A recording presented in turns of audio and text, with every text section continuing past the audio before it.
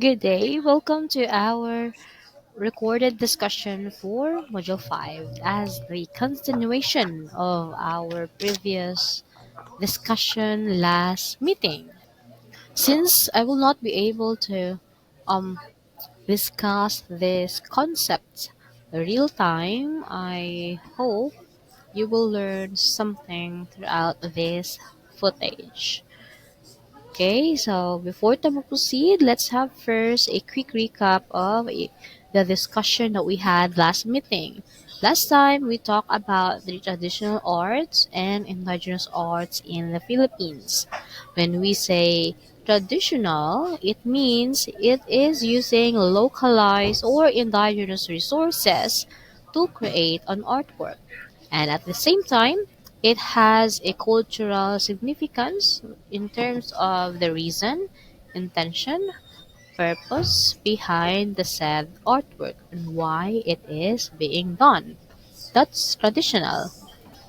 Now, when we say indigenous arts, it is referring to the forms of art that is created, formulated, or made by an individual that is a member of an ethnic group. That is indigenous art. Okay, I hope masabtan ra. To continue, let's also talk about the religious forms of art.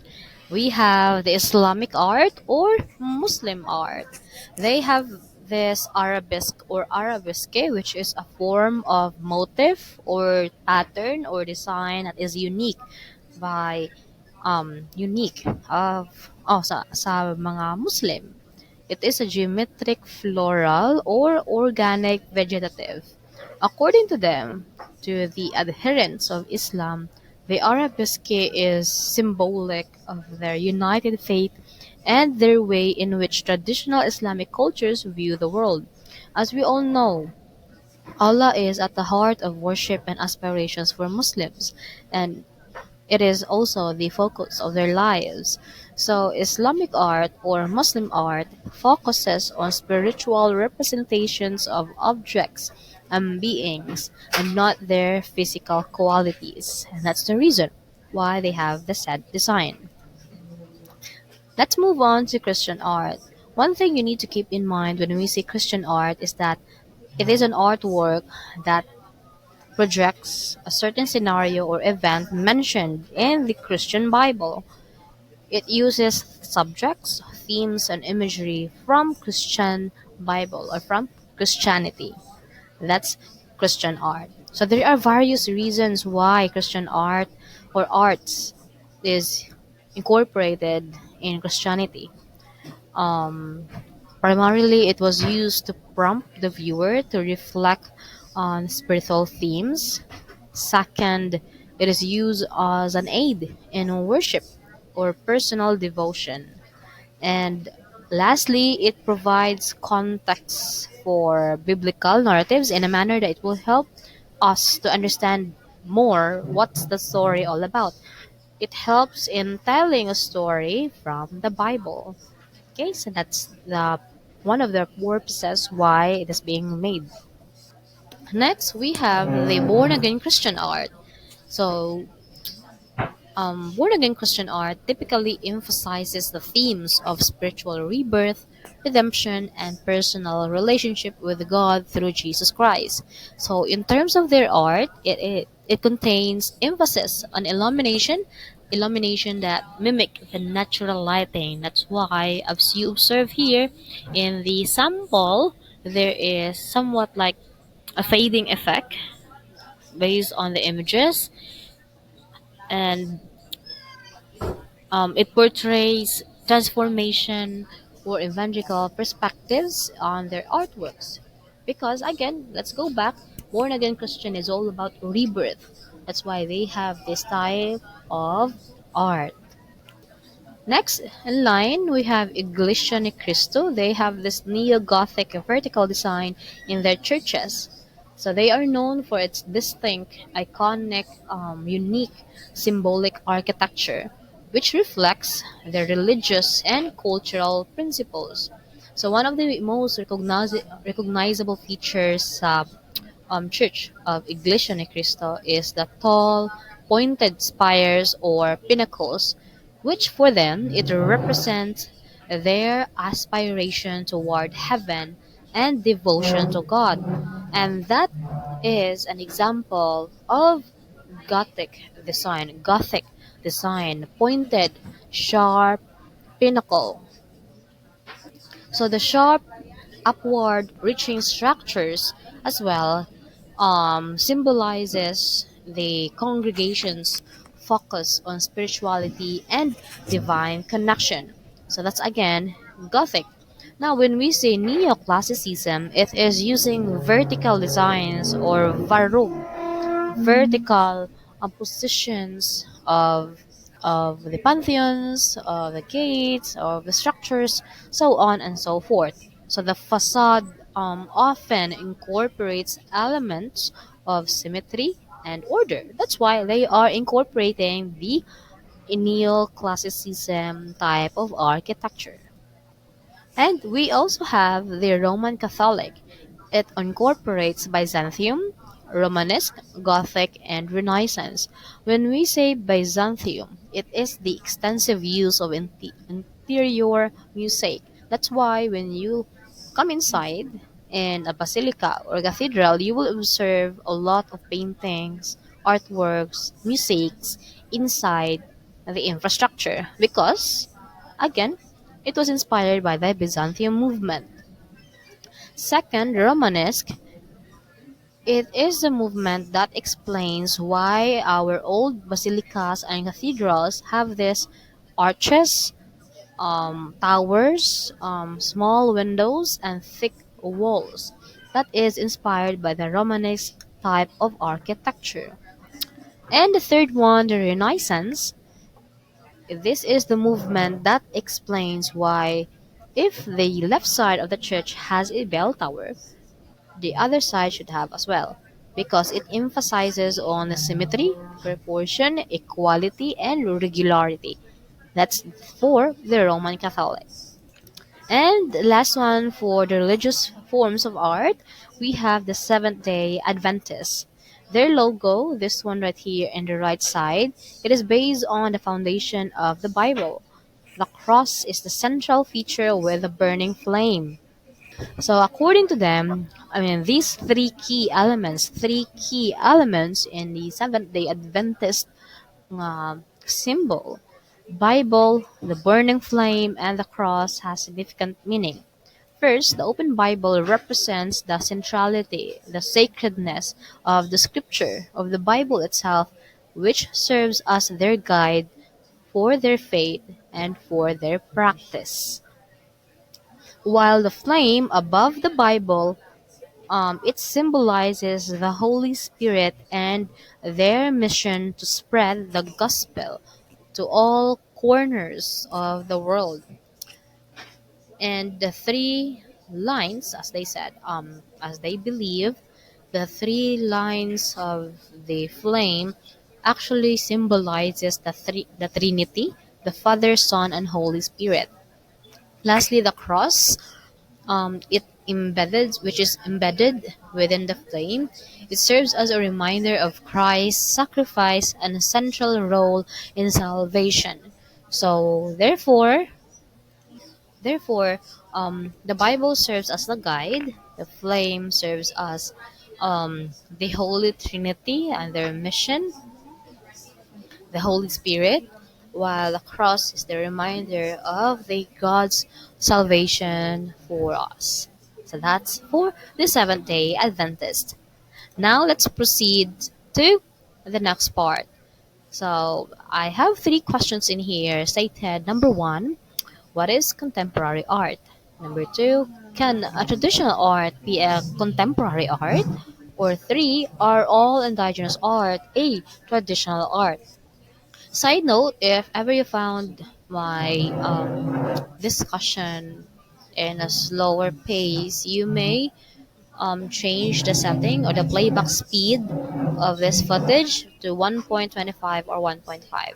It's all up to your preference. Okay. All right, so going back with these three questions, I believe I mentioned last time that you need to do your own research with regards to the answers behind these questions. So that's a good job for you. Um, I will leave. I'm sorry. I intended an activity for after this discussion so that you can ponder more of the research that you've conducted.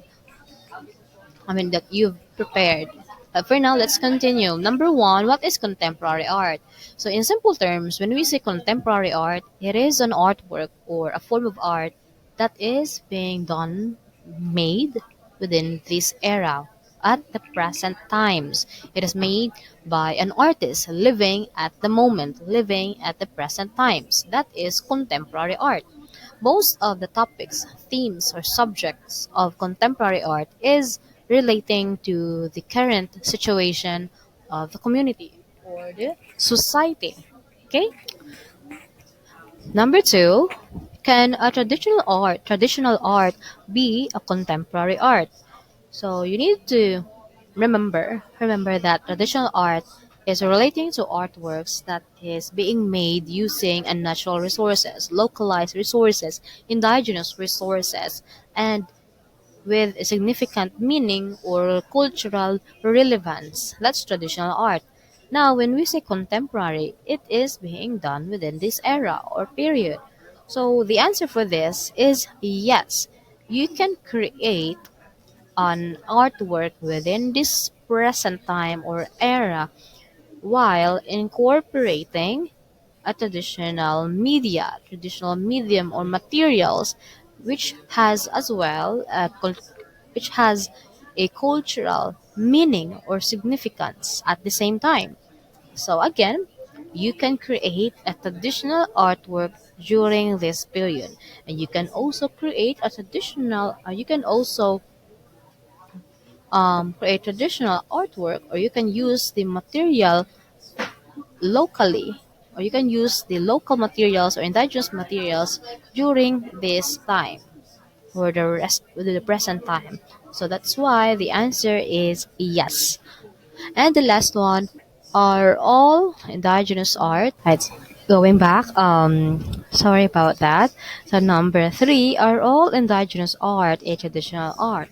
So if you come to think of it, we can say it's yes, but the correct answer is no, because it's not all indigenous art a traditional art, because in the first place, when we say indigenous art, it is referring to artworks that is being done, made, or originated or formulated within an ethnic group. So in terms of traditional art, you can create traditional art although you do not belong in a certain indigenous group. Okay? So that's why it is not all forms of indigenous art that will be considered traditional art, in a manner that in traditional art it does not require any ethnicity. In indigenous art, your artwork can only be called authentic indigenous art if you are a member of a certain group. So that is why not all indigenous art is traditional art. Does it make sense? Or um, to clarify, although you are part within an ethnic group, it does not mean that anything that you do is a traditional art or everything that you do is a traditional art, because you can use contemporary methods, medium, materials, or process in your artwork, although it is although you are a member within an ethnic group. And at the same time, you just have to make sure that what you are doing, although you are incorporating contemporary methods and materials, the historical and cultural meaning unique to your ethnicity or to your group is still present. Does it make sense? Or to simplify, You can use contemporary medias like technology, so on and so forth, while making your indigenous art, because indigenous art is somehow dynamic, it is ever changing as long as you are a member within a group. While traditional art does not require any ethnicity, and at the same time, your artwork will only be called traditional if in the first place you are using the localized materials or indigenous materials. Okay? So again, the answer for this is no. I hope it's clear, so let's proceed to the next slide. Now, let's also talk about the three reasons of contemporary art. Number one, it reflects society and the issue. Contemporary art, as I mentioned earlier, most of the time, or most of them, almost 100 or 90%, if I'm not mistaken, most of the contemporary artworks are relating to the issues within the community. So, if you will present a certain artwork within this era, um, it would definitely reflect with regards to the society on where you belong, where you're living, and the prevalent issues associated in that community. So that is how contemporary reflects society and issues. You will not be able, or it will be very hard for you to create such contemporary artwork if you did not receive you did not came up with the inspiration from the community where you belong or from society where you belong. So that's what number one means. It reflects society and the issues, because what we are currently doing right now, and any what we are currently formulating right now, any forms of art, it has a significant connection or relationship within the society, especially to the issues prevalent to that area. Okay, and number two, presenting and educating the public. So by using art to um, mention or to enumerate the issues within the area, within the society, it will definitely gives it will serve as a venue for the others to educate, to enlighten themselves with regards to the problem. Let's say in your area, um, we're not really much knowledgeable with regards to your concerns. But with your artwork, which we receive through your painting, through your sculpture, through your music, we will able to understand. Um, we will receive the message that there is a problem in that area, and with that music song, or with that music, painting or sculpture or any artwork that you've made, it will educate us that this is the problem, that this is the action that we need to do, that this is the things that we need to put our higher regard into. So that's how contemporary art presents and educates the public. Okay, and number three, part of cultural dialogue. Since you presented us this current issue, it will definitely going to steer the public. It will steer curiosity, a variety of inputs and ideas. So with that, there is um, interpretative community that will emerge, that will talk more about with regards to that issue. So therefore, your artwork becomes a part of a cultural dialogue in a manner that it will help them realize what needs to be done, what needs to be altered. Do we need to change our traditions, practices, our laws, our values, so on and so forth? Okay, so these are the reasons why contemporary is essential. Now, let's talk about the key movement in the Philippine arts. First in line, we have Baroque.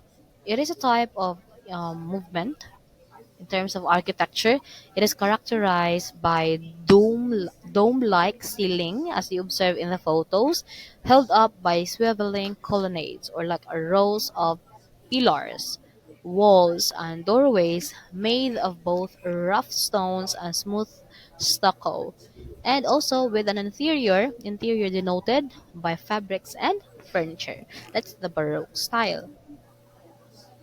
Now, when we say neoclassicism, na say mga poste-poste or mga pantheons, mga columns. It is featuring columns, simple geometric forms, and um, vertical designs. As I mentioned earlier, there is vertical designs, pabarog, geometric forms, and columns or mga poste-poste. Just like what you are seeing right now, it is in the Manila City Hall.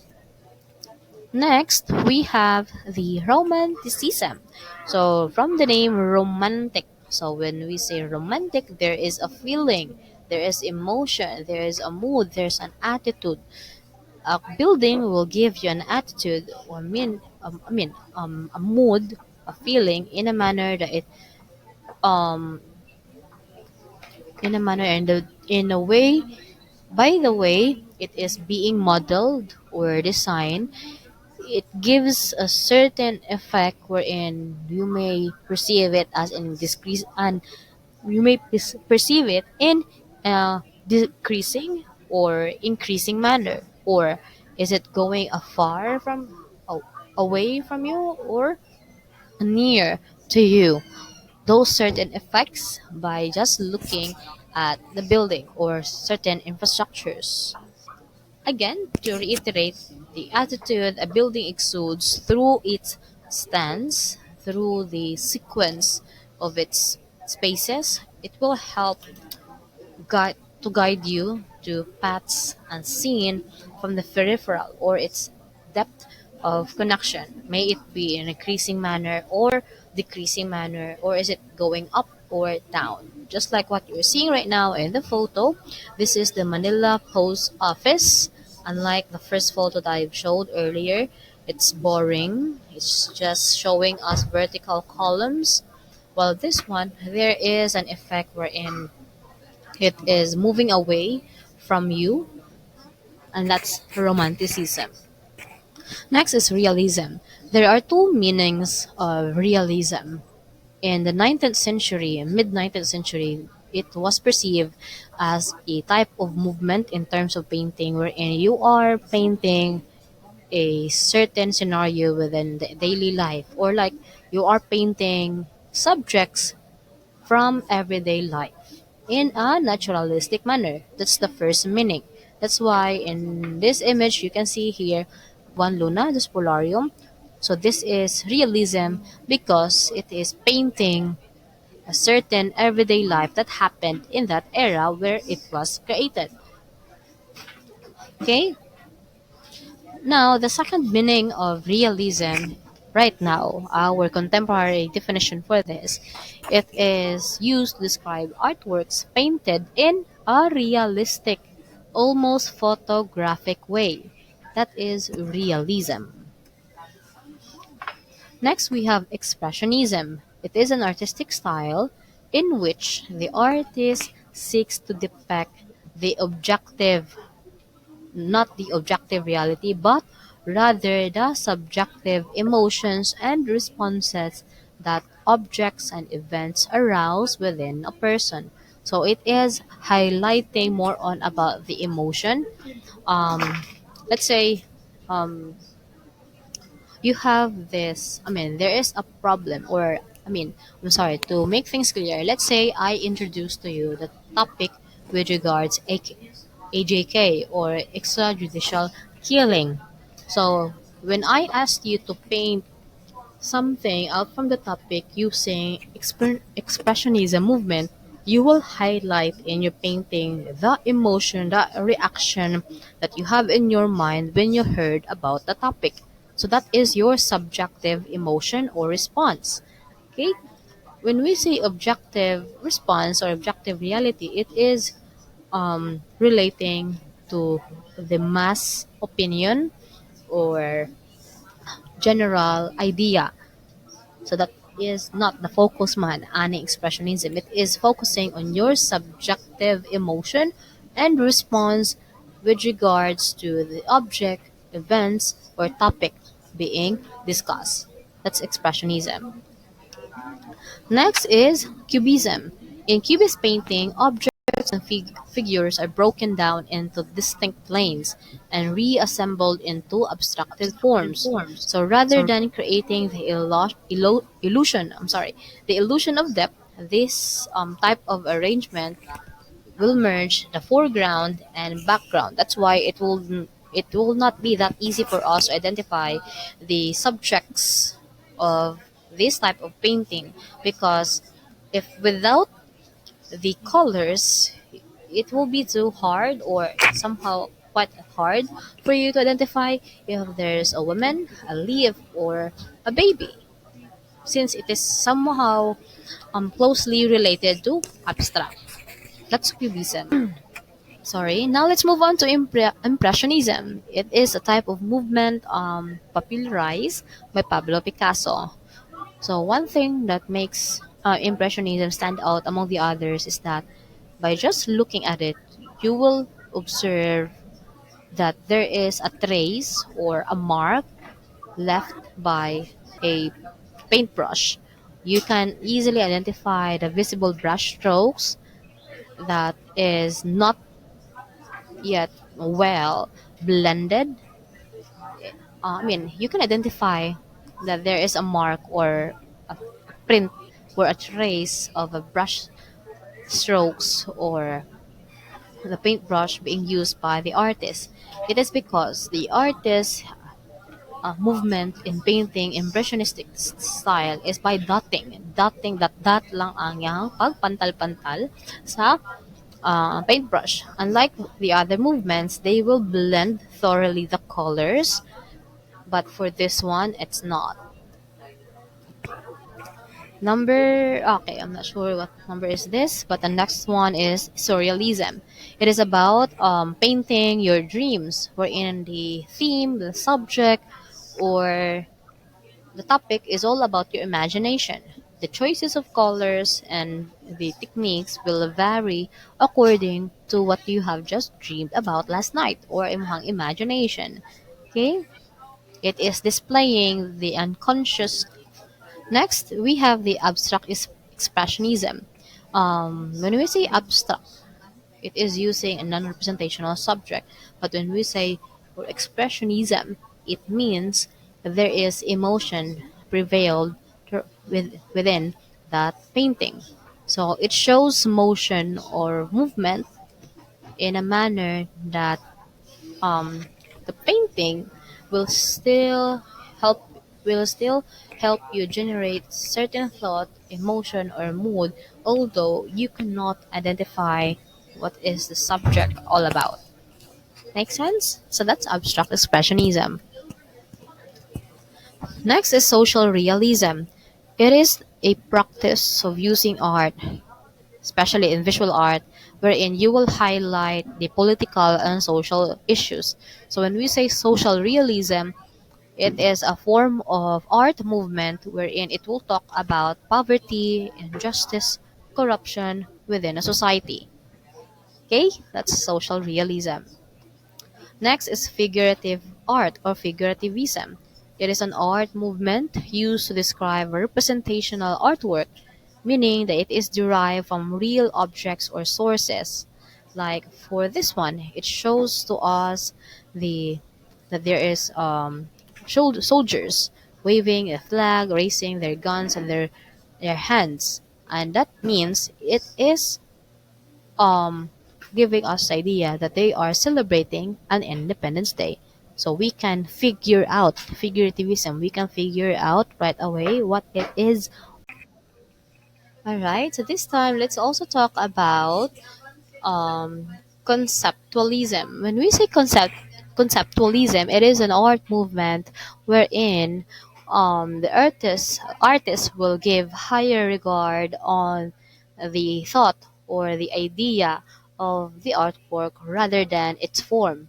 So basically, it is not aiming to give an aesthetic appeal. I mean, wala niya gitagaag much attention or detail kung unsa iyang porma as long as ma-deliver niya effectively, precisely ang meaning, ang idea, ang thought na yang gustong ipaabot sa viewers or audience, then that is good. Okay? Just like the artwork Comedian or the Banana Tape on the Wall by Mauricio Catalan, that is conceptualism in a sense that it is using um in a sense na wala siya nag-check. It doesn't matter if it is appealing, it is aesthetics or whatever, as long as the meaning will be precisely delivered to the audience. Just like what you're seeing right now, this is an example of conceptualism. Next, we have the lowbrow art. It is an art movement popularized the mid 1960s in Koan. If I'm not mistaken, in the mid 1960s in California. If you're familiar with chibi-chibi, mga chibi type of artworks, aside sa chibi-chibi, mga, let's say, mga graffiti, like that, or doodle. That is part of the lowbrow art. Sometimes it is also called the post-surrealism. It is an art movement with its cultural roots in underground comics, punk music, tiki culture, graffiti, and hot rod cultures of the street. So lowbrow art often has a sense of humor. Sometimes the humor is gleeful, impish, or sarcastic comment. So that's a lowbrow. Next, for the last topic of this module, let's talk about naturalistic art. When we say naturalistic art, it is incorporating biology or real life, a living organism or living organisms in an artwork. You are using living organisms in muhang artwork. That's naturalistic art. First in line, we have aquarium. So you are using here, or you have marine life as part of your artwork. So it is called art. As we all know, nature is not art. But although it is not using nature in the form of marine life, it is now called art because there is already a human intervention in a manner na gitank nila ang mga mananap. That's it. That's art. Next is the terrarium. It is like making your own mini-sized world inside a battle. Sometimes insects lang gamitan, like they will build a colony sulod sa battle, colony of ants or worms, so on and so forth. But this time, when we say terrarium, it is referring sa mga plants na naa sa sulod sa usa ka battle. Third, we have herbarium. It is mostly used in biology, wherein you will going to study a certain species, then imong i-dry out ang ihang sample and imong iipit sa libro or sa book. We also have aviary. When aquarium is all about is if aquarium is for marine life, terrarium is for plants, aviary as well is for birds. Like itangkal sila. That's aviary. And herbary is for herbs or medicinal plants as well, that is inside a cultured or conditioned nga room. Last one, we have orchidarium. As you can see, it's a cabinet with lots of orchids. So this is specifically for orchids. Okay, so that's it. So that is the end. This is the last topic, and this is where our module 5 ends.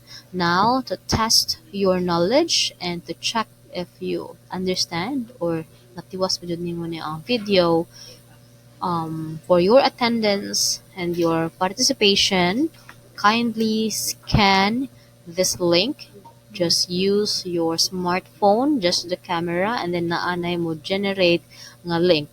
If it is impossible for you to scan the link, then you can use the code below, which is https colon //QRCO .de/BFRMAX. That is the link. And then it will lead you to a Google form wherein you need to answer these following questions. These are true or false regardless of the font size. Basta ang spelling, that is good to go. You can use T or F lang. That is for your attendance na and participation. Please make sure that the date is accurate. Dapat karon nga date para di ka maabsinan. Okay? So do not share this to someone or to anybody in other section or even your classmate. Okay, let's go on lang. I-post lang ni na clip if ever wala pa ka-scan, but let's proceed na so that it won't take much long. So number 1, true or false? Traditional arts incorporate new technologies and materials. Number 1, true or false? Traditional arts incorporate new technologies and materials. That's true or false. Number 2, true or false? Contemporary art is the art of today. True or false? Contemporary art is the art of today. Number 3, true or false? Traditional art cannot be a contemporary art. True or false? Traditional art cannot be a contemporary art. Dili daw siya pwede mahimong contemporary art. Kindly pause the video if ever gipaspasan na mo. But just carry on. I will carry on kay para dili mataas ang clip. Number 4, true or false? Traditional art is the same with indigenous art. True or false? Traditional art is the same with indigenous art. Number 5, true or false? Indigenous art can be contemporary art.